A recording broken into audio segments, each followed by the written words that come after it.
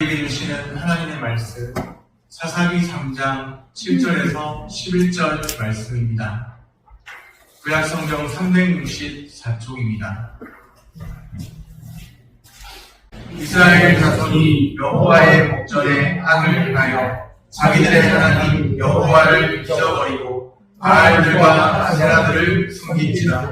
여호와께서 이스라엘에게 진노하사 그들을 메소포다미아 왕 부산 미사나임의 손에 하셨으므로 이스라엘 자손이 부산 미사나임을 8년 동안 섬겼더니 이스라엘 자손이 여호와께 부르짖으되 여호와께서 이스라엘 자손을 위하여 한 구원자를 세워 그들을 구원하게 하시니 그는 곧 갈렙의 므낫세의 아들 온니엘이라. 여호와의 영이 그에게 임하셨으므로 그가 이스라엘의 사사가 되어 나가서 싸울 때에 여호와께서 메소포다미아 왕 부산 미사나임을 그의 손에 넘겨주시매 온니엘의 손이 부산 미사나임을 이기니라. 그 땅이 평온한 지 40년에 므낫세의 아들 온니엘이 죽었더라. 아멘. 샬롬.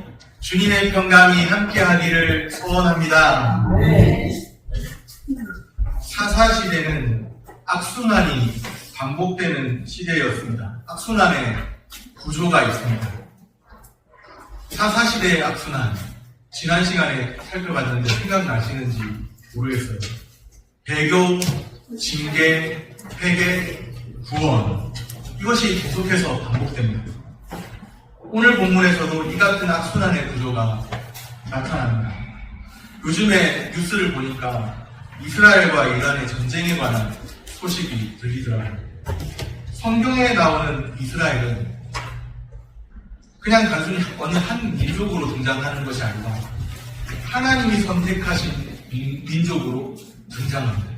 성경에 이스라엘이 나오는 것은 단순히 어떤 한 민족에게 집중하는 것이 아니고 하나님이 선택하신 민족에 대해서 말씀하는 것이죠. 하나님의 백성에 대해서 말씀하는 것이죠. 하나님이 선택하신 민족, 하나님의 선민입니다. 하나님의 선민이면, 하나님의 백성이면 하나님의 말씀을 따라 살아야 하겠죠. 그런데 이스라엘은 안타깝게도 자기들의 창조주, 자기들을 선택하신 주인 되신 하나님입니다. 잃어버렸습니다. 이스라엘은 여호와 신앙을 잃어버렸습니다. 하나님 중심 신앙을 잃어버렸습니다. 7절 말씀입니다. 이스라엘 자손이 여호와의 목전에 악을 행하여 자기들의 하나님 여호와를 잃어버리고 바알들과 아세라들을 섬긴지라. 여호와의 목전에 악을 행하여 여호와를 잃어버리고, 이것이 배교의 공식입니다. 배교의 공식. 여호와의 목전에 악을 행하여 여호와를 잃어버리고, 우리가 악순환의 사이클, 배교, 징계, 회개, 구원이 있다고 했는데 배교의 공식이 바로 이거예요. 여호와의 목전에 악을 행하여 여호와를 잃어버리고, 여기 성경에는 잃어버리고 되어 있죠. 여호와를 잃어버리고, 이것이 가장 큰 문제입니다. 다른 모든 것을 얻는다고 해도 하나님 잃어버리면 모든 것을 잃은 것과 같습니다. 반대로 다른 모든 것을 잃었다 해도 하나님을 얻으면 모든 것을 얻는 것과 같습니다. 하나님을 잃어버리지 않아야 합니다. 하나님을 가까이 하고 그의 말씀을 가까이 하는 삶이 행복한 삶인 줄로 믿으시기를 바랍니다. 하나님을 잃어버립니다. 하나님을 잊어버립니다. 하나님 앞에서 보란듯이 악을 행하죠. 하나님 안 계시다고 생각하고 보란듯이 악을 행하죠. 허망한 우상을 섬깁니다. 바알과 아세라를 섬기는 것으로 오늘 본문에 나옵니다. 그러면 우리 시대는 바알, 아세라 이런 건 안 섬기잖아요. 우리 시대에도 우상은 있습니다. 하나님을 대신하여서 하나님의 자리를 차지하는 것이 있다면 우상입니다. 우리 시대 우상이 뭐냐? 바알, 아세라 어떤 형상을 세워놓고 섬기는 것만 우상이 아니라 하나님의 자리를 대신하여서 그 하나님의 자리를 차지하고 있는 것이 있다면, 우리 마음에 하나님을 대신하여 하나님 자리 차지하고 있는 것이 있다면 우상이라는 거예요. 현대의 영성신학자 리처드 포스터인가 누가 그런 이야기를 하죠. 돈, 섹스, 권력이라는 책을 썼는데 현대인들은 그런 것이 우상입니다. 우리가 생각해 볼 때 돈과 명예와 권력 이런 게 참 중요한데 어떤 사람에게는 돈이 우상이 되어 있습니다. 돈은 철학에서 가치론에 있어서는 본래적 가치가 아니라 수단적 가치라고 말을 합니다. 수단적 가치, 본래적 가치로서 추구할 수 있는 게 아니에요. 돈이 어떤 수단인 것이죠. 어떤 목적을 이루기 위한 수단인 거죠. 그런데 어떤 사람은 돈을 잘 활용하는 것이 아니라 머리에 이고 삽니다. 돈이 우상이 되어 있어요. 돈이 하나님보다 돈제일주의가 되어 있는 거예요. 어떤 사람에게는 명예가, 어떤 사람에게는 쾌락이, 또 어떤 사람에게는 권력이 우상이 되어 있어요. 다 필요한 거예요. 어떻게 보면 돈도 필요합니다. 돈이 필요하지 않을 수가 있습니다. 돈이 필요하죠. 돈 없으면 불안정하죠. 돈 필요합니다. 제가 목회자지만 돈에 대해 생각해 볼 때 돈은 필요 없는 것이 아니고 오히려 필요한 것이고, 돈이 없으면 안정이 안 되는 거예요. 보니까 돈이 있어야 안정이 돼요. 돈은 필요한 거예요. 그럼에도 불구하고 그 돈이 하나님의 자리를 차지하고 있는 사람, 돈이 제일인 사람, 그것은 우상이 되는 거예요. 어떤 사람에게는 명예가 소중하죠. 명예를 지켜야 되죠. 그런데 그 명예가 어떤 사람에게는 우상이 돼요. 쾌락도 중요하죠. 그런데 어떤 사람에게는 쾌락 제일주의가 돼요.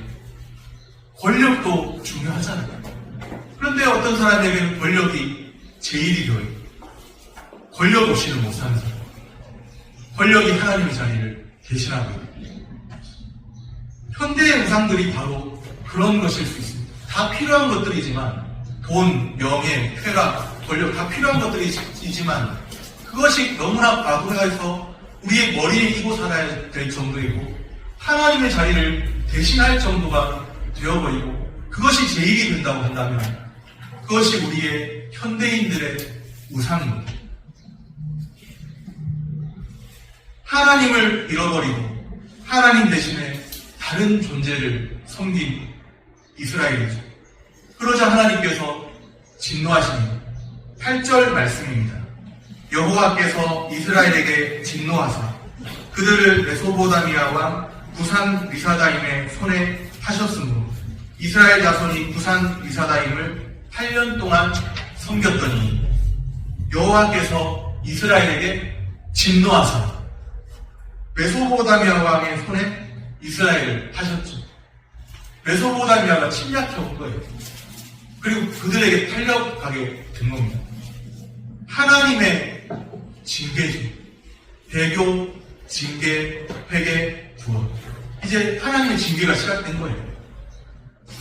이스라엘이 하나님을 잃어버리니까 하나님께서 그냥 두지 않으시고 자기 백성이잖아요. 간섭하기 시작하십니다.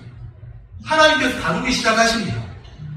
매 맞고 나서 정신 차리면 그것도 괜찮은 것이긴 하지만, 정신 차리기 괜찮은 것이긴 하지만 매 맞으면 아픈 거예요. 매 맞기 전에 정신 차리는 게 더 현명한 방법입니다. 그런데 정신 못 차리고 있으니까 하나님께서 다루시기 시작하십니다.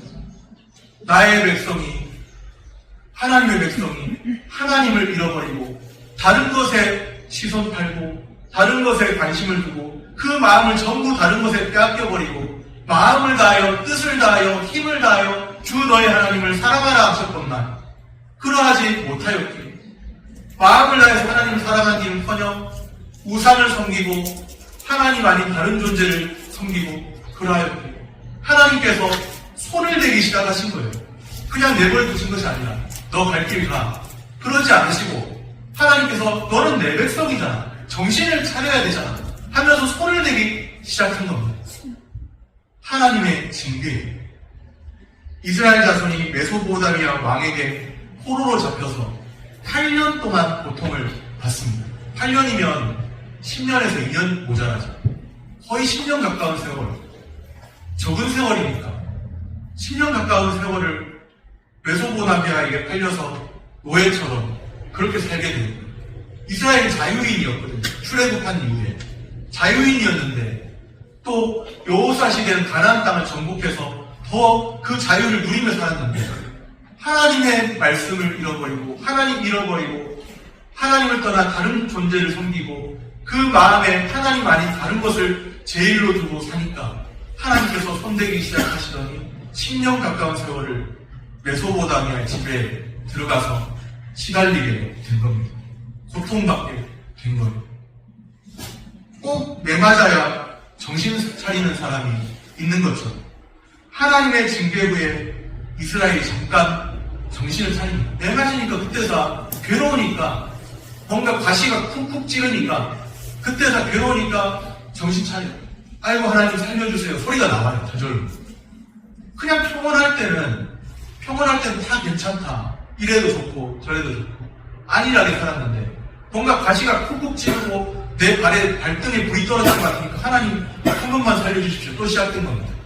하나님 한 번만 살려주시면 내가 이제는 나의 평생을 하나님께 드리겠고 그렇게 하기 시작한 거예요. 하나님께 부르짖습니다. 고통에 시달리다가 하나님을 찾고 하나님께 부르짖습니다. 9절에 보면 이스라엘 자손이 여호와께 부르짖습니다. 그 전에는 바알을 섬겼잖아요. 바로 그 직전에는 아세라 섬겼잖아요. 그런데 그러던 그들이 하나님의 이름도 찾고 바알도 섬기고 아세라도 찾던 그들이 여호와께 부르짖고 있습니다. 바알이 부르짖지요 왜? 바알 섬겼는데. 아세라 섬겼는데 아세라에게 부르짖죠 왜? 그렇게 섬기는 우상이 그렇게 제일로 생각하던 그것이 그를 구원해주지 않겠습니까? 돈이 제일이라고 생각했다면 돈이 구원해주지 않겠습니까? 명예가 제일이라고 생각했다면 명예가 구원해주지 않겠습니까? 왜 그 제일로 생각하던 거 의지하지 왜요? 발등에 불 떨어지니까 다 필요 없어. 그냥 하나님 한 분만 찾게 되는 거예요. 하나님 한 분. 하나님께 여호와께 부르짖습니다. 다른 거 보이지 않아요. 제일로 생각했던 것들 다 내려놓고 그냥 마음이 낮아져서 겸손해져서 겸비해져서 발등에 불 떨어지고 뭔가 팍팍팍 찌르니까 그때서 정신 차리고 하나님께 부르짖습니다. 벼랑 끝에 몰린 후에야 비로소 그때 하나님께 부르짖습니다. 그 전에 정신 못 차렸거든요. 바알과 아세라입니다. 그런데 이제는 바알에게 부르짖지 않네요. 아세라에게 부르짖지 않네요. 여호와께 부르짖었다고 되어 있는 거예요. 발등에 불 떨어지고 벼랑 끝에 몰리고 코너에 몰리니까 그때서야 생각이 나는 회개입니다. 배교, 징계, 회개, 구원, 회개. 정확하게 말하면 회개를 하기도 어려워요. 일시적인 회개, 일시적인 회개. 고통에서 벗어나기 위한 울부짖음입니다. 하나님 한 번만 살려주세요. 너무 고통스러우니까. 고통에서 벗어나기 위한 울부짖음이에요. 그 다음 순간에 또 하나님 던져주시면 또 배반하거든요. 일시적인 회개. 고통에서 벗어나기 위한 울부짖음. 그런 거예요. 그들의 회개가 참 회개였다면, 그들의 부르짖음이 참 부르짖음이고, 그들의 회개가 참 회개였다면, 악순환의 고리에서 벗어났을지도 몰라요. 하나님께 대한 회개로 살았다면, 하나님의 영의 인감을 받아서, 진정 하나님의 백성다운 삶을 살았을지도 모릅니다. 그런데 악순환의 구조는 계속 반복되고 있죠. 일시적인 회개였습니다. 고통에서 벗어나기 위한 울부짖음이었습니다. 하나님 한 번만 살려주세요. 그러면 내가 내 평생을 하나님께 드리죠. 한 번만 살려주세요. 진정한 회개 아닙니다.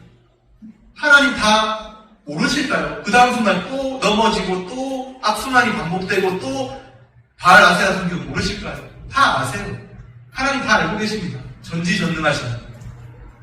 그런데도 하나님께서 희한합니다. 그들을 건져주십니다. 그 한순간에 하나님께 울부짖으니까, 하나님께만 부르짖으니까 하나님이 건져주십니다. 최초의 사사 온니엘을 세우십니다. 사사가 무엇인지는 지난 시간에 말씀드렸죠. 정치적, 군사적 지도자인데 평상시에는 이스라엘을 재판하면서 정치적으로 다스립니다. 또 유사시에는 어떤 비상시에는 적들이 침입해온다든지 이럴 때는 군사적 행동을 취하는 정치적, 군사적 지도자입니다. 이스라엘의 정치적, 군사적 지도자. 특별히 가나안 정복 이후부터 왕정시대가 등장하기 전까지 그 과도기를 살았던 정치적, 군사적 지도자입니다. 최초의 사사 온니엘을 세우십니다. 사사 온니엘을 통해서 지금 메소보다미한테 괴롭힘을 받고 시달리고 있는데요. 온니엘을 통해서 이스라엘을 메소보다미아로부터 건지시죠. 고통에서 벗어나기 위한 일시적인 부르짖음인 것 하나님이 다 아시지만 응답하시죠. 그래도 한순간이나마 하나님께 겸비하는 마음으로 겸비하는 자세를 취하니까 다음 순간에 또 넘어지고 또 쓰러질 걸 아시지만 한순간이라도 겸비한 마음을 취하고 부르짖으니까 하나님께서 건져주시죠. 고통에서 벗어나기 위한 일시적인 부르짖음에도 응답하십니다. 하물며 진정한 회개로 응답한다면, 진정한 하나님께 대한 회개로 부르짖는다면 우리 주님이 듣지 않으실까요? 부르짖을 때 외면하지 않으시는 하나님이십니다. 내가 생각하는 방식대로 일이 해결되지 않을 수도 있어요. 그럼에도 불구하고 하나님이 생각하시는 그 방식대로 우리를 인도해 가시고 우리를 살게 하시고 다시금 그 고통에서 건져주시고 그래도 숨쉴 구멍은 만들어주시고 그래도 살게 하시고 그래도 인도해 가십니다. 부르짖을 때 외면하지 않으시고 들으십니다. 아멘. 은혜와 긍휼의 하나님이심을 믿습니다. 아멘. 배교의 공식이 있었죠. 하나님의 징계가 있었습니다. 또 일시적인 회개, 고통에서 벗어나기 위한 부르짖음이 있었죠. 그 다음은 뭘까요? 배교, 징계, 회개, 구원. 이제 하나님의 구원이 있습니다. 하나님의 구원을 살펴볼 차례입니다. 하나님께서 이스라엘을 어떻게 구원하시는지 주목해서 볼 필요가 있어요. 10절 말씀입니다. 10절을 한 목소리로 같이 읽겠습니다. 여호와의 영이 그에게 임하셨으므로 그가 이스라엘의 사사가 되어 나가서 싸울 때 여호와께서 메소포다미아 왕 부산 리사다임을 그의 손에 넘겨주시매 온니엘의 손이 부산 리사다임을 이기니라. 아멘. 누가 온니엘에게 임하신 거예요? 사사 온니엘에게 누가 임하신 거예요? 여호와의 영이 그에게 임하셨으므로. 이거는 하나님의 영이 함께 하실 때 이깁니다. 아멘. 하나님의 영의 인도함을 받아야 합니다. 아멘. 우리의 신앙생활은 하나님의 영의 인도함을 받아야 돼요. 내 생각으로 싸우는 것 아니고 내 힘으로 싸우는 것 아닙니다. 우리의 삶이 영적 전쟁이라고 할 때 내 생각으로 싸우고 내 힘으로 싸우는 건 아니에요. 지금까지 내 삶을 내가 버텨온 것 같습니까? 내 힘으로 버텨온 것 같습니까? 안간힘을 쓰고 애쓰고 고통 가운데서 어떻게든 해보려고 내 힘으로 쟁취하고 투쟁하고 그렇게 해온 것 같습니다. 그런 거 분명히 있지만 분명히 나의 힘씀과 애씀과 나의 울부짖음과 나의 모든 것 있지만 하나님의 은혜로 지금까지 살아온 거예요. 하나님의 영의 인도함을 받아야 우리의 신앙생활에 진정 그 신앙이 무엇인지를 알게 됩니다. 아멘. 하나님의 영의 인도함을 받아야 내 힘으로 싸우는 게 아닌 거예요. 내 힘으로 버티는 게 아닌 거예요. 나의 힘이라는 게 있겠지만 내 힘으로 싸우는 게 아닌 거예요. 하나님의 영의 이끌림을 받아야 합니다. 네. 승리의 비결은 하나님의 영의 인도함을 받는 것입니다. 네. 한 가지 특이한 표현을 보게 되는데요. 여호와께서 그의 손에 넘겨주시네. 메소포다미아 왕 부산 리사다임을 여호와께서 이스라엘의 손에 넘겨주셨다. 같이 싸우게 될 때, 최초의 사사 온니엘이 사사가 되어서 나가서 싸우게 될 때, 전쟁을 치르게 될 때, 이스라엘과 메소포타미아가 전쟁을 치르게 될 때, 그 메소포타미아를 여호와께서 이스라엘의 손에, 또 온니엘의 손에, 이스라엘 손에 넘겨주셨다는 말씀입니다. 누가 넘겨주셨다? 여호와께서, 하나님께서 넘겨주시면 이깁니다. 아멘. 하나님이 흔들어 주시면 이깁니다. 전쟁을 주관하시는 분이 하나님이십니다. 이 전쟁은 여호와의 전쟁인 거예요. 이스라엘과 메소포타미아가 싸우는 것은 여호와의 전쟁입니다.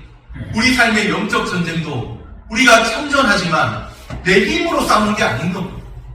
우리 삶의 전쟁의 주관자는 하나님이십니다.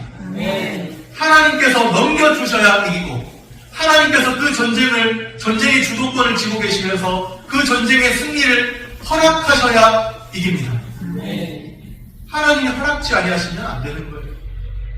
하나님이 허락하셔야 이기는 거예요. 하나님이 허락하셔야 합니다. 전쟁의 주도권을 쥐고 계신 하나님께서 허락하셔야 이깁니다. 승리의 비결이 바로 그것이죠.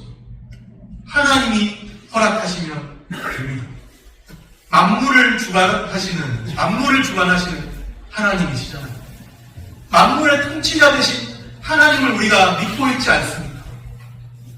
우리 삶을 주관하시는 분도 하나님이시지 않습니까? 우리 삶의 키를 쥐고 계신 분이 하나님이십니다. 우리 삶의 키를 쥐고 계신 분이 하나님이에요. 하나님이 허락하셔야 우리 삶이 풀리게 되어 있습니다. 우리 삶을 주관하시는 하나님이 허락하시면 됩니다. 비관적인 생각이 몰려올 때 내 삶의 키를 쥐고 계신 분이 하나님이시다. 그것을 인정하며 사시기를 바랍니다. 하나님이 허락하시면 이기게 되는 줄로 믿습니다. 하나님의 영의 인도함을 받아야 하나님이 허락하실 때 이기게 됩니다. 하나님이 허락하시면 우리 삶의 영적 전쟁에서 승리하게 될 줄로 믿습니다. 말씀을 정리합니다. 부르짖을 때 외면하지 않으시는 하나님이세요. 일시적으로 고통에서 벗어나기 위한 잠깐의 울부짖음이었지만 하나님은 그 겸비한 마음을 보셨습니다. 하물며 하나님께 참 회개하는 마음으로 돌이키는 자의 그 부르짖음을 듣지 않으실 하나님이 아니세요. 부르짖을 때 외면하지 않으시는 하나님이십니다. 우리 삶의 영적 전쟁을 주관하시는 분이 하나님이십니다. 우리 삶의 키를 쥐고 계신 분이 하나님이십니다. 우리 삶을 주관하시는 하나님이 허락하시면 됩니다. 이제는 찾아야 돼요. 내 인생의 키를 쥐고 계신 분이 하나님이라는 것을 이제는 찾을 때입니다. 내 인생의 키를 쥐고 계신 분이 계세요. 그걸 몰랐기 때문에 다른 데서 뭔가 은혜를 받으려고, 감동을 받으려고, 다른 데서 재미를 누려보려고. 그런데 아니에요. 내 인생의 키를 쥐고 계신 분 하나님이십니다. 참된 회개로 응답하여 주님께 부르짖어 승리하시기를 축복합니다. 기도하겠습니다.